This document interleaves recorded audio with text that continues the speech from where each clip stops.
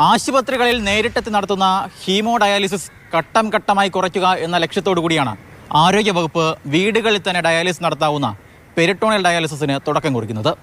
എന്നാൽ ഇതിൻ്റെ മരുന്നിനായി കോട്ടയം മെഡിക്കൽ കോളേജിൽ ഞങ്ങളെത്തി.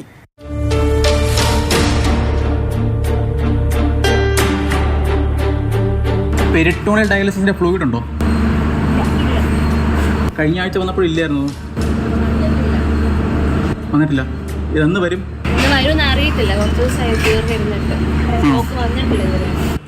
ഇതാണ് അവസ്ഥ. കോട്ടയം മെഡിക്കൽ കോളേജിൽ എന്നല്ല, കേരളത്തിലെ ഒരു സർക്കാർ ആശുപത്രിയിലും ഈ മരുന്ന് നിലവിൽ കിട്ടാനില്ല. ഈ കാണുന്ന ഒരു ഫ്ലൂയിഡ് ബാഗിന് 305 രൂപയാണ് വില. ആരോഗ്യനില അനുസരിച്ച് രോഗിക്ക് ഒരു ദിവസം 4 ബാഗ് വരെ ഉപയോഗിക്കേണ്ടതായി വരും. അങ്ങനെ നോക്കുമ്പോൾ ഒരു ദിവസം 1200-ലധികം രൂപ മരുന്നിന് വേണ്ടി മാത്രം ചിലവാകും. ഒരു മാസം 36,000 രൂപ.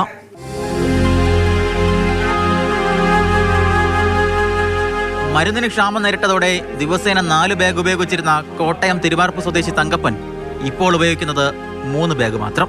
ഡോക്ടർ പറഞ്ഞേക്കുന്ന 1.5 2 വീതവും 2.5 2 വീതം ഇടണം എന്നാണ്. 4 ബാഗ് ഒരു ദിവസം വേണം എനിക്ക്.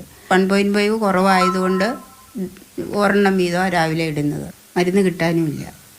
ഫ്ലൂയിഡ് ബാഗുകൾ വാങ്ങിയ ഇനത്തിൽ 9 കോടി രൂപയാണ് കേരള മെഡിക്കൽ സർവീസസ് കോർപ്പറേഷൻ സ്വകാര്യ മരുന്ന് കമ്പനിക്ക് നൽകാനുള്ളത്. കുടിശ്ശിക തീർത്താൽ മാത്രമേ ഇനി മരുന്ന് നൽകൂ എന്ന നിലപാടിലാണ് കമ്പനി. ഇതിനെല്ലാം ഇടയിൽ ഇനി എന്ത് ചെയ്യും എന്നറിയാതെ കുറേ ജീവിതങ്ങളും.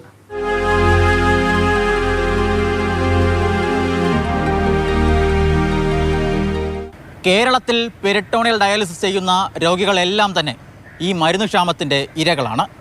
അതുകൊണ്ട് തന്നെ ഈ റിപ്പോർട്ട് ഞങ്ങൾ ആരോഗ്യവകുപ്പിൻ്റെ മുന്നിലേക്ക് വയ്ക്കുന്നു. ഇനി ചെയ്യേണ്ടത് നിങ്ങളാണ്. ക്യാമറാമാൻ ജോബിൻ തേക്കടിക്കൊപ്പം ഷിനോദ്, മാതൃഭൂമി ന്യൂസ്, കോട്ടയം.